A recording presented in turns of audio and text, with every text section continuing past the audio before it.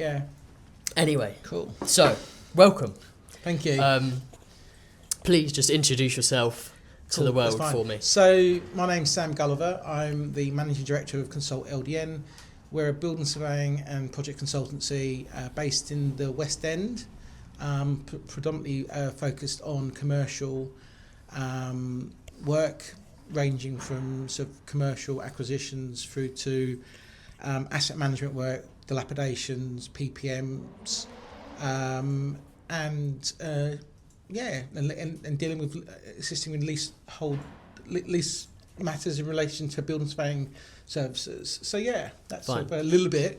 I probably haven't sold it to the far reaches of what I do, but So if I were a developer, for example, I would come to you, and would I present my idea to you, and you would advise me on what I can or can't do? Yeah, so I mean, we do a little bit of that, but probably most of our work is for existing properties where there's a lease event or and a landlord's obviously looking at what they're going to do with the property going forward, or similarly looking at from an investor's point of view where they're looking to acquire portfolio properties or a single property, and then looking to how they might enhance that asset value through refurbishment, looking at splitting a unit into multiple units, obviously to try and get more leasehold interests involved in that property, or it could be and even looking at it from a growth point of view to sell it on in 5 years, 10 years time. Fine. So it's sometimes a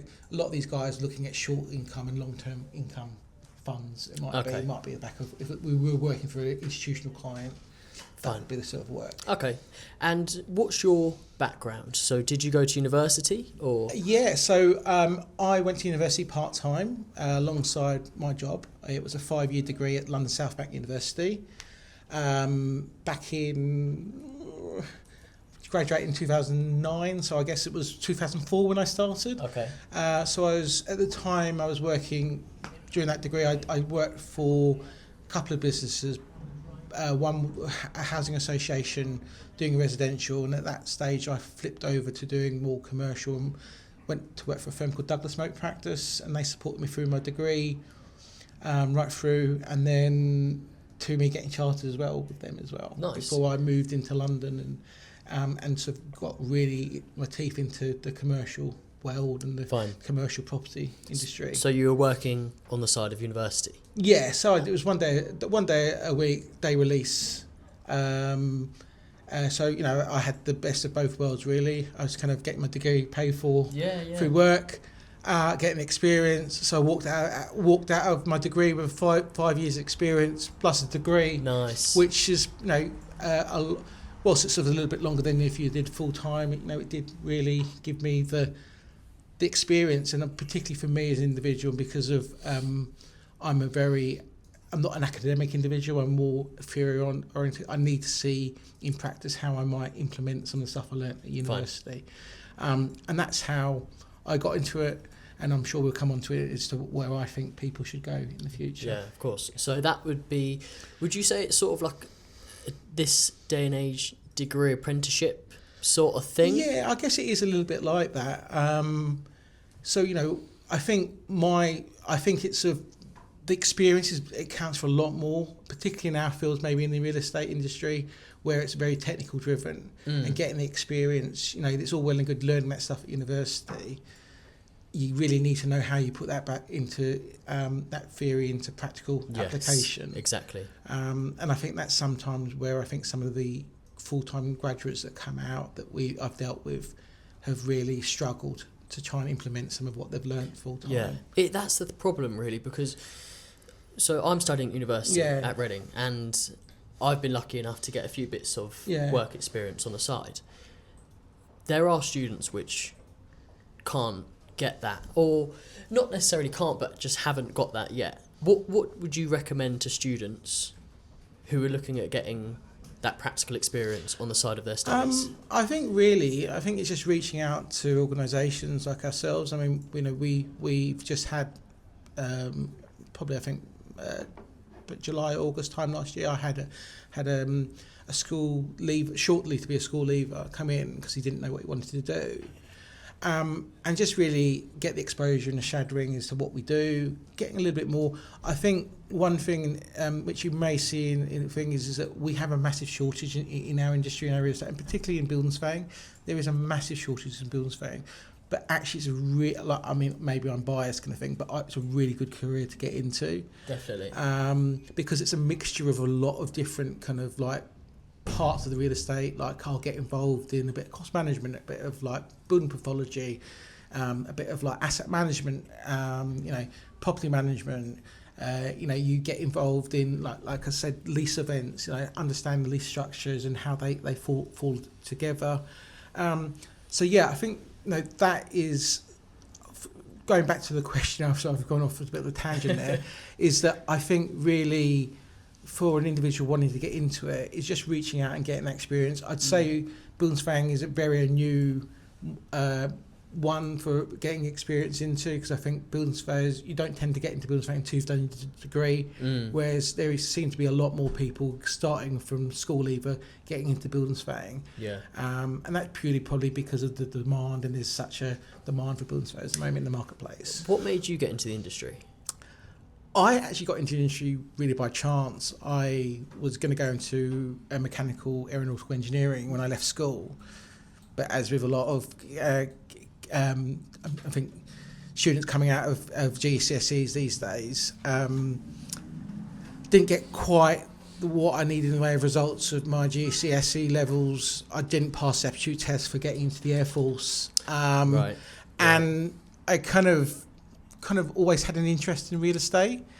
Probably back in the day, it was more so in respect to like construction side of things, and I went and did a college course down in Tunbridge in Kent, at West Kent College, in general building studies and construction, and then it's got a generalistic of all the different like technical aspects of construction and real estate, and then I kind of on the back of that went and got a bit of part-time job as a bit of a doing sort of AutoCAD work, drawing work on computers in a little surveying practice in Ashford in Kent.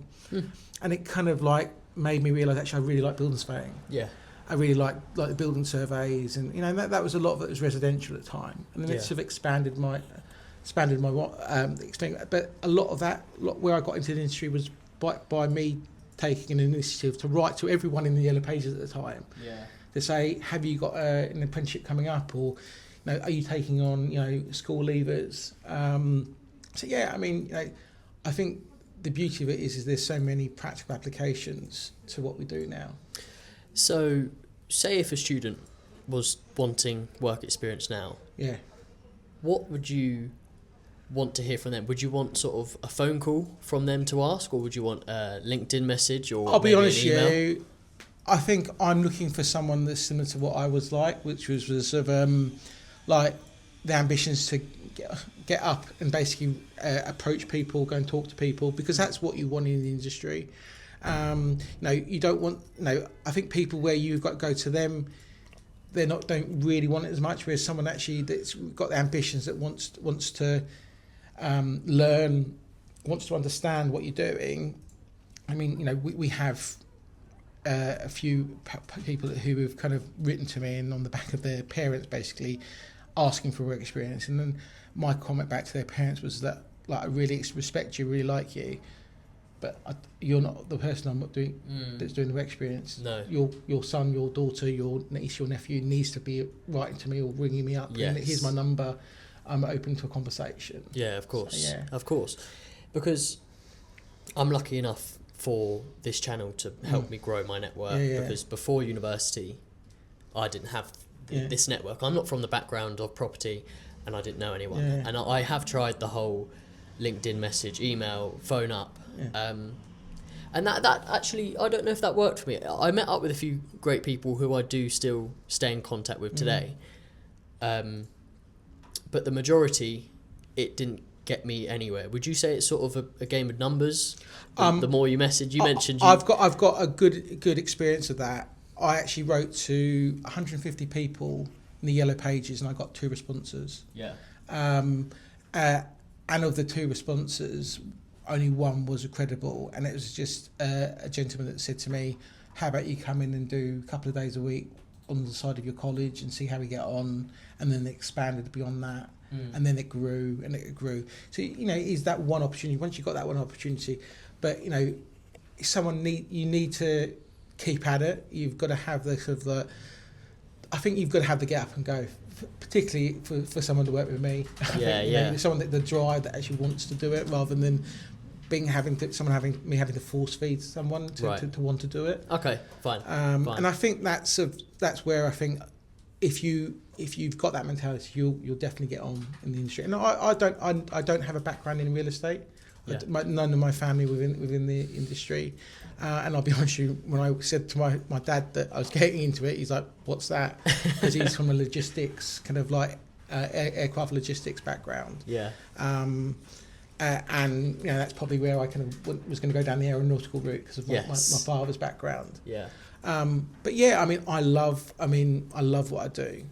No days are the same. Yes. It's quite interesting. You listen to different people. And I think as I've gone into my career, it gets more interesting because you get more involved in some of the decision making that maybe where I'm not my money, but I understand some of my clients' money and how they're investing and how they're approaching those investments. Right. Yeah, I think as well, this time of year is all, especially for second year university students, it's all internships. Yeah. And it's that game of numbers. I know it myself. I've applied to, so far maybe 30 different internships. What would you say is the thing which makes students stand out when they're applying to these internships?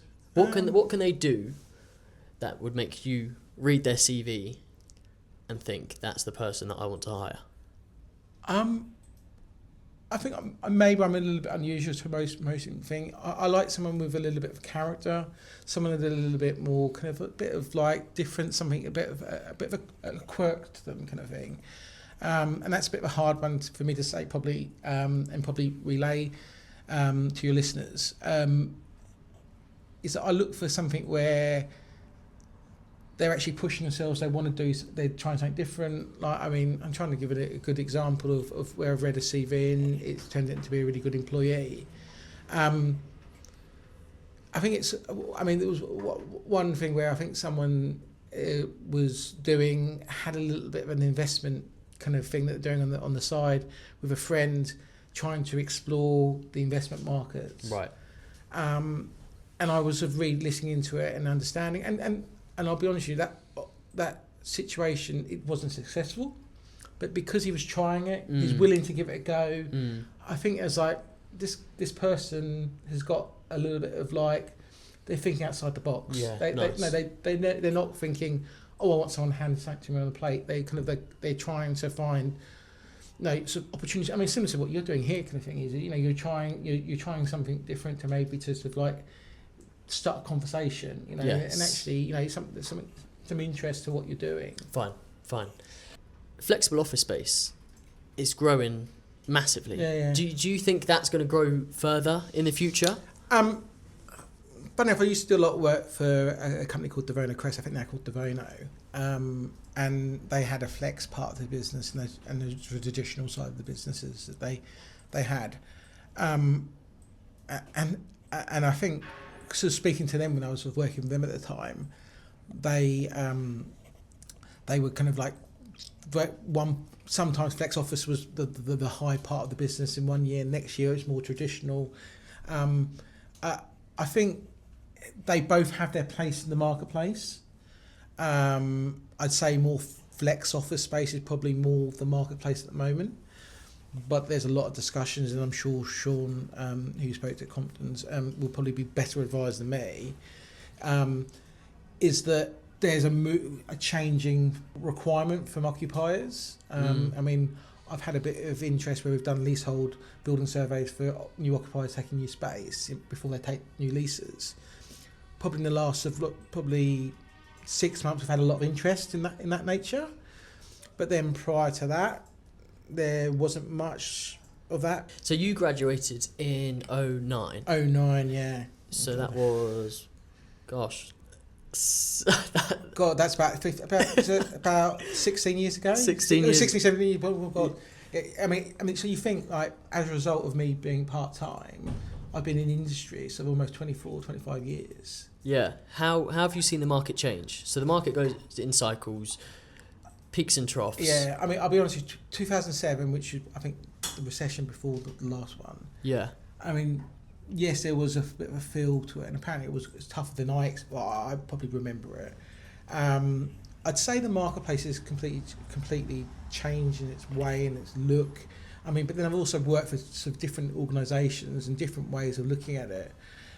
So I've worked from small businesses right up to sort of like more like a mid/larger organisation to a company like Paragon that have now been bought out by Colliers, to then back to a more of a smaller kind of like niche boutique, and then working for a big Scottish building consultancy that came into London. And then I'm kind of set by myself, so it's so it's a little bit. So maybe some of my views of it is sort of changed because of the different firms I've worked for and bigger exposure to work. But then I love the boutique, smaller side of things where it's more of a personal service than when I was working for the big consultancies where it's more of a kind of like your number rather than the person. Okay. In those organisations, so yeah. How was the job market in 2009? So you come out of university, obviously the financial crash. Probably before that, because obviously because I was part-time, I was looking probably 2004, 2005 was probably when I was looking for a job. I'd say like when I went to a company called Douglas Motor Practice, which is where I did most of my training and where I got chartered. To get that job, I probably went for about 6 interviews at that time, and I got offered probably 4 out of the 6. Okay. But I think I was also in a bit of a strong situation because I had a lot of work experience behind me, so I think there was a real, and that's probably going back to your question earlier, is that if you get some work experience behind you, it does count for a bit because you're not starting from the ground up. You understand a little bit of what those businesses do, whereas someone that comes fresh out of school has no idea of what the real estate or construction industry is. It's harder because they need a little bit of kind of like you learning how to do a 9 to 5, getting to the office on time. Then they're used to just going to school and not realising you have to be in the office for 9 o'clock kind of thing, because they've had a bit of time off. They've obviously from studying, they've probably done their A levels. Fine. And that's where I think that but then I think the whole marketplace now is it's a very competitive marketplace. Yes. More competitive from when you were joining. I think generally from a marketplace, it's harder within the industry. Within the industry we're talking about now, real estate. In parts of that real estate, like asset management or the investment side of things, I think that's quite hard to get into those apprenticeships and kind of stuff. In building surveying, more technical roles, there's a massive shortage in those fields of real estate and construction at the moment, and actually there's a big drive, particularly for the RICS, to try and promote like the technical professions like building surveying, quantity surveying, construction management. Because there is a massive shortage of individuals in those fields at the moment. What would you say is the best route or the best way to get into the surveying? Would you probably say the degree apprenticeships? Because I know that was one of my other options, was to do a degree apprenticeship for surveying. My personal opinion is I think that is the route that everyone should be. And I think anyone that does building surveying should be doing that degree apprenticeship route. Yeah. Even if it's a year out kind of placement. I think really it does a lot for people's experience, and actually it helps the businesses to kind of like mould individuals. I mean, when I was at the company I mentioned before, Paragon, they took a lot of year outs from Northumbria University in Newcastle, because one of the directors I think at the time had a connection to that university. So and a lot of them then get offered places on the back of that, and then they then get a bit of a kind of like a helping hand for last year to pay for some of their costs on the basis they're going to come back in a year's time.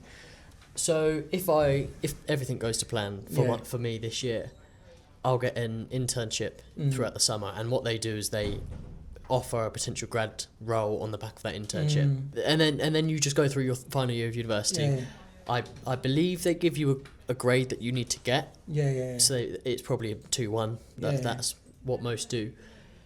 And then from the following September, you join their grad scheme, and then you rotate round every 6 months for 2 years, and then you do your APC.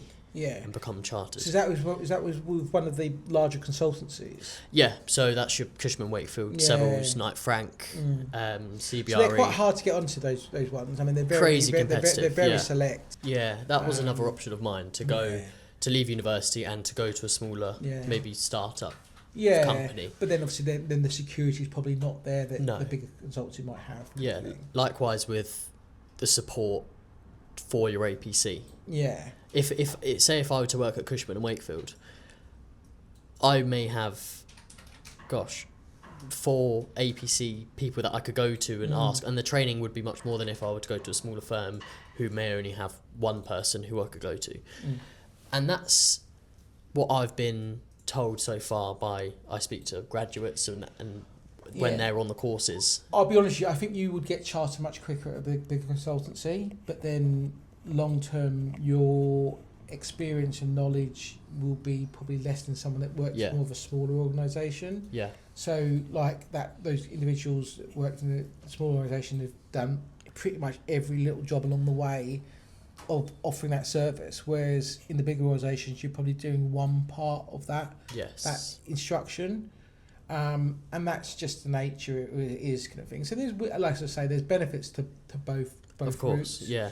I like getting thrown in the deep end as well. That is the best way that I work. I remember at my bartending job, so part-time of university, I'm a bartender as well. And the shift that I learnt the most was when it was just me on the bar, and it was a really busy shift, and I was having to look through this book of cocktails because all of these cocktails are coming through that I just hadn't heard of at all. And after that shift, it was weird. It was like I just had gained a month, 2 months of experience in a couple of hours, you know?